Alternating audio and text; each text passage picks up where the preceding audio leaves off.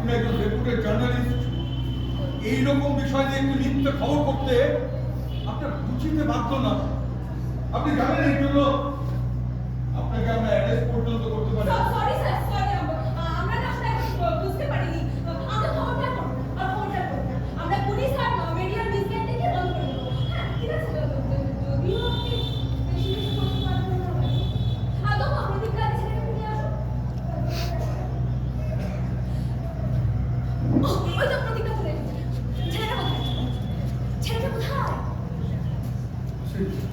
আসলে মানে আবার পালিয়েছে নাকি? হ্যাঁ, এনে তোরা খবর করা হলো। কি বলছো? বুঝিয়ে বলো, বুঝতে পারছি না। কোথায় ও?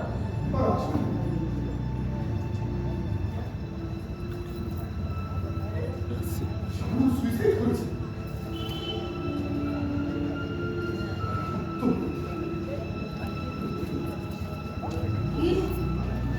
কি করেছে? কি করেছে বললে? কি করেছে আমার ছেলে? কি হয়েছে ওর? কি হয়েছে বলো না। কি হয়েছে ওর? ছেলে বাসি। কি হয়েছে?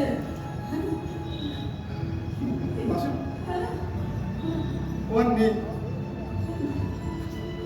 না না ওর নেই সীমা। এসব কেন হবে? কেন হবে? ও তো কোনো অপরাধ করেনি। তাহলে ও কেন এসব কাজ করতে যাবে বলো?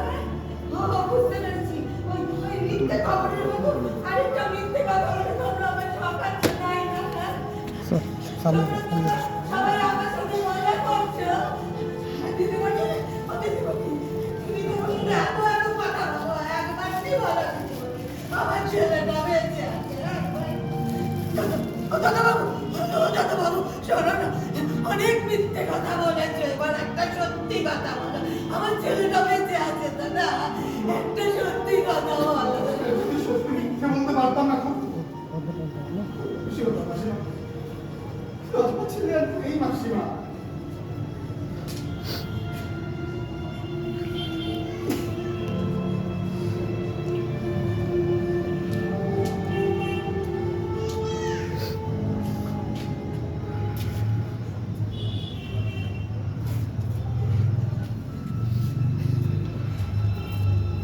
দিদিমণি গো, একটা মিথ্যে খবর বানাতে গিয়ে তোমরা আমার ছেলেটাকে মেরেই ফেললে। ধর্ষণ তো ও করেনি, করলে তো তোমরা। তোমরা যেটা করলে সেটাকে কি বলে? ধর্ষণ না? আমার ছেলে যদি আর অপরাধ করতো তাহলে তোমরা তাকে কত শাস্তি